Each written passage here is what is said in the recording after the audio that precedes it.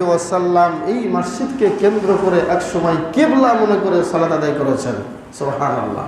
এই মসজিদটি আমাদের এক সময় কি ছিল? কিবলা ছিল। এখন আমরা কোন দিকে হয়ে সালাত আদায় করি? মসজিদে হারাম। কিবলা হচ্ছে আমাদের মসজিদে হারাম, কাবার দিকে। এই কাবা, এই কিবলা এক সময় ছিল মসজিদে আকসা। বলেন সুবহানাল্লাহ। বিশ্বনবী মুহাম্মদ রাসূলুল্লাহ সাল্লাল্লাহু আলাইহি ওয়াসাল্লামের একজন সাহাবী ইবনে আব্বাস রাদিয়াল্লাহু তাআলা আনহু তিনি বলেন যে রাসূল সাল্লাল্লাহু আলাইহি ওয়াসাল্লাম ইউসাল্লি ওয়া হুয়া বিমক্কা, তিনি মক্কাতে থাকা অবস্থায় সালাত আদায় করেছেন নাহওয়া বাইতুল মুকদ্দাসি, বাইতুল মুকদ্দাসের দিকে ফিরে, ওয়াল কাবাতু বাইনা ইয়াদাইহি, এমনকি বিশ্বনবীর সামনে কাবাও ছিল। কাবা থাকা সত্ত্বেও বিশ্বনবী বাইতুল মাকদিসের দিকে সালাত আদায় করেছেন।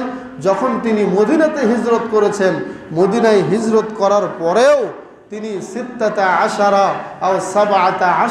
শাহরান 16 থেকে 17 মাস তিনি এই মসজিদুল আকসার দিকে ফিরে সালাত আদায় করেছেন। সুবহানাল্লাহ। তাহলে সুম্মা সুরিফা ইলাল কাবা, বিশ্বনবী বলেছেন এরপরে কাবাটাকে পরিবর্তন করে, কিবলা পরিবর্তন করে কাবার দিকে করে দেওয়া হয়েছে, মসজিদে হারামের দিকে করে দেওয়া হয়েছে। তাহলে চিন্তা করেন, আল্লাহ যদি আজও আমাদের জন্য এই ফিলিস্তিনের আকসাটাই কিবলা রাখতো, আল্লাহ এটা রাখতে পারতো কি পারতো না? পারতো। তাহলে এই জিনিসটা, এই মসজিদটা আমাদের কাছে গুরুত্ব বহন করে নাকি করে না?